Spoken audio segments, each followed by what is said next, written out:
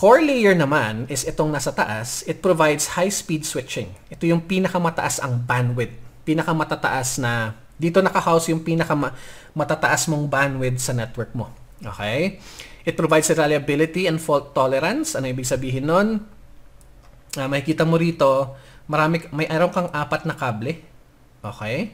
Tapos merong circle dito. Ang tawag dito is an ether channel. Pero we'll discuss this more pagdating sa future videos natin. Ang ibig sabihin lang nito is nakabundle itong 4 na kable na to. So pag bumagsak yung isang kable, gumagana pa rin yung bundle mo kasi may 3 pang buhay. Okay? It provides reliability and fault tolerance. Ganon din yung connectivity niya. Dito pababa. Makikita mo, may connection dito, may connection dyan, may connection pa pababa, may connection pa pababa. Para pag bumigay yung isang kable, buhay pa rin yung buong network mo. Walang kaso. Okay? So it scales by using faster and not more equipment. Ano ibig sabihin nito? Yung core layer nyo has one of the fastest switching, has one of the fastest processors, has one of the fastest memory, kasi it has to transport data from one part of your network to another as fast as possible.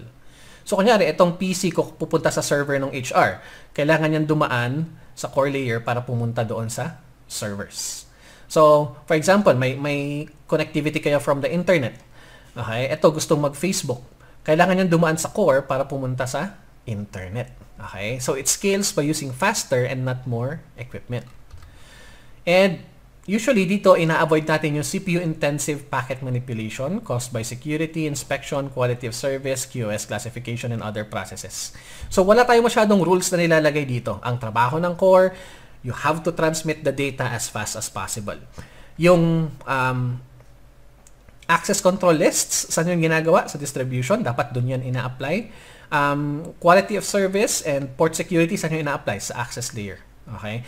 Wala dapat ibang kahit anong rule sa core. Ang trabaho lang ng core is to transmit the data as fast as possible. Okay? So, anong itsura ng mga core layer switches? It can be yung the same model ng distribution layer switch mo, or it can range to very big, okay, switches na ganito. Okay? Depende na yan sa design mo ng network.